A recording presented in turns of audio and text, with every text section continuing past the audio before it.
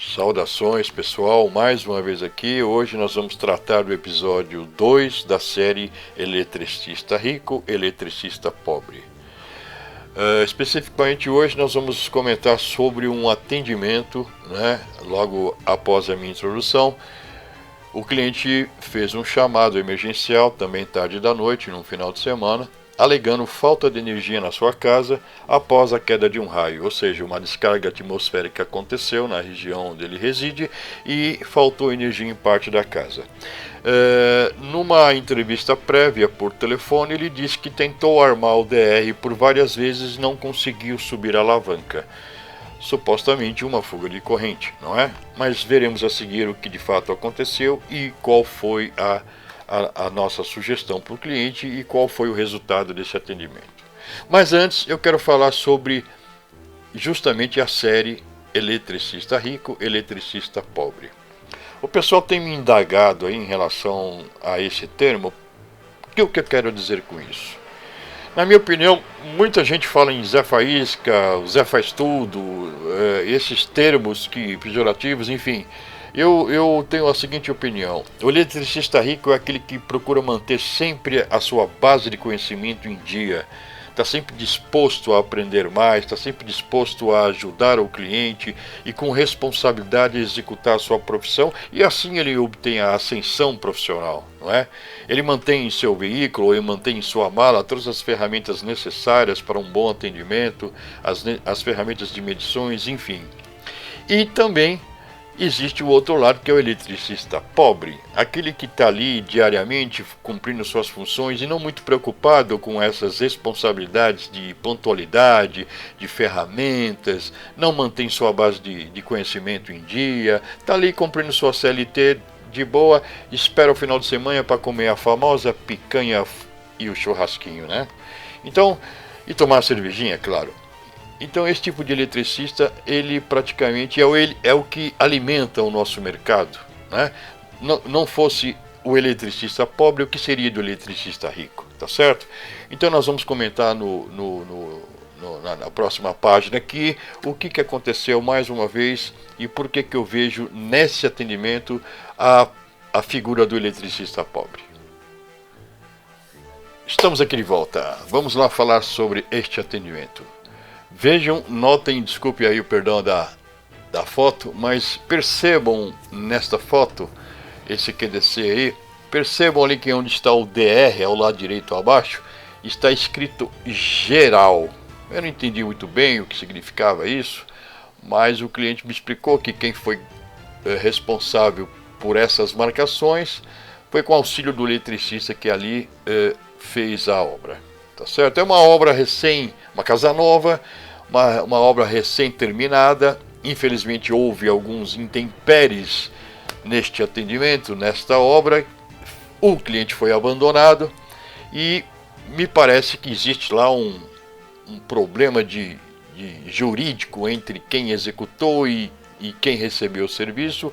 No entanto, não pode ser mexido, não pode ser desconfigurado o quadro de distribuição, porque houve já uma perícia, enfim, está na justiça lá, o cliente está brigando com quem fez esse quadro para ele aí.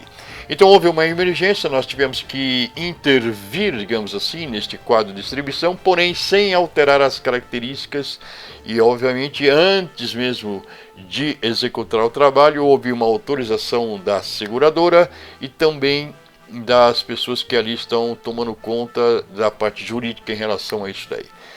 Então nós fizemos uma simples alteração trocamos o DR, porque o DR apresentou um problema após a descarga atmosférica na região. Não sei se o cliente forçou muito a alavanquinha e acabou que o DR não tinha mais continuidade nas suas, digamos assim, nas bobinas internas. Uma das fases não estava passando corrente e a alavanquinha não subia mais. Então substituímos e fizemos um trabalho lá. Mas note que eu vou mostrar aí para vocês na próxima foto, num videozinho, de como está a ligação interna desse quadro, como é que foi feita a distribuição. Aguarde aí que eu já volto. Cá estamos novamente, aqui é o quadro, este é o quadro que nós encontramos lá ao abrir a tampa. Nós temos lá um disjuntor trifásico de 63 amperes, temos ali os 3 DPS e na sequência o DR que foi substituído. Vejam que uma particularidade nesse quadro, a gente não pôde alterar de certo modo, as coisas que foram feitas ali, o modo que foram distribuídos os circuitos.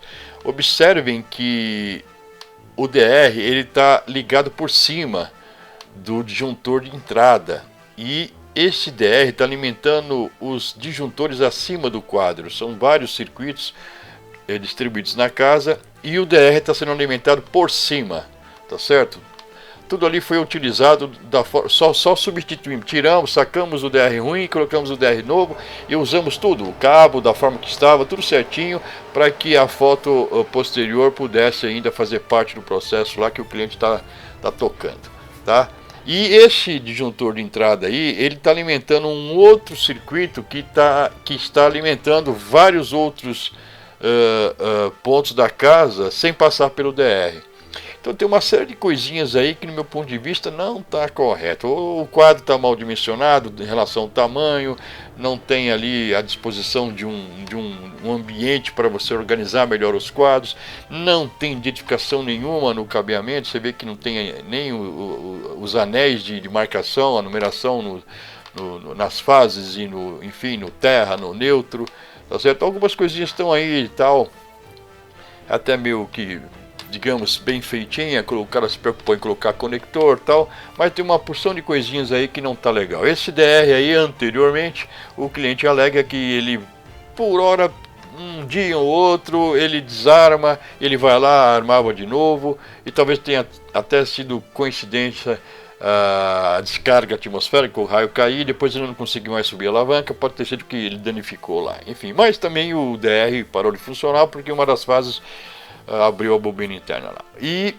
no meu ponto de vista, nós temos um problema também aí, que é o aterramento. O camarada fez um aterramento totalmente independente do aterramento padrão lá, né, de entrada.